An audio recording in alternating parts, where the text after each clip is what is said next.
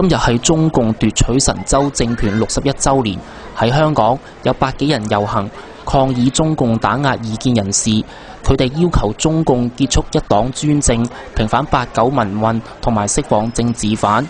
遊行人士喺下晝2點40分左右由中環立法會外出發，遊行到西營盤嘅中共駐香港聯絡辦公室，佢哋叫口號。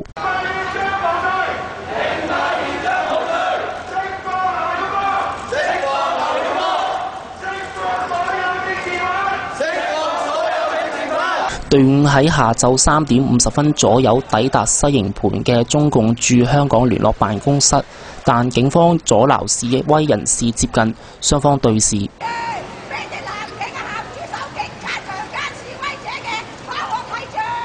由於警方拒絕俾示威人士攜帶大件物件靠近中聯辦，示威者將仿製棺材推向警方，但被警方沒收。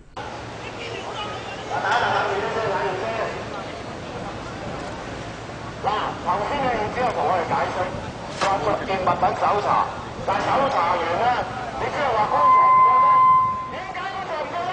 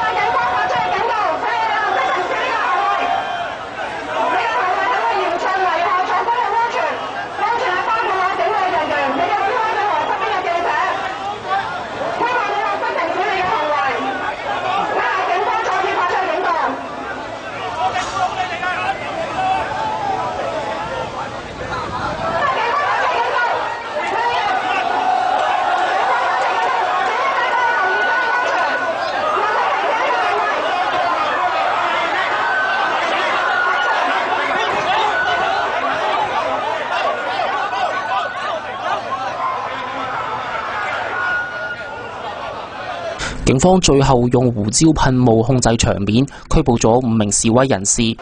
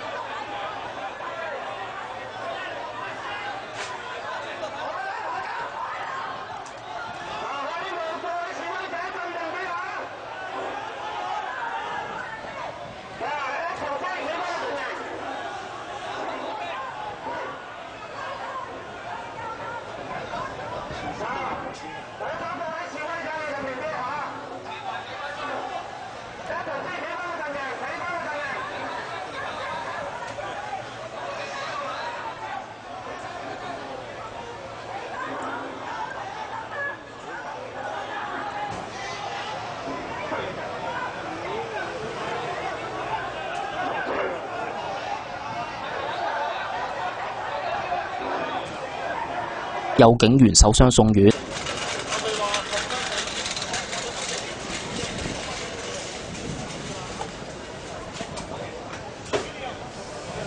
另一批為數10人嘅示威者就拖住白布環繞中聯辦遊行，亦都被警方阻止。你聽我講，咁我哋要攞翻。你聽我講，頭先我同你老闆講完，攞翻俾你嘅指示先啦，好唔好啊？嗱，都係咁樣啦。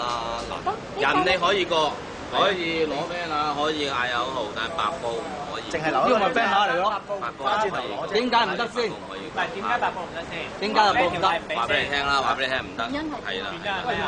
就係你哋唔中意，就係原因咋？但白布可唔可以經過中聯辦？白布唔係違禁品。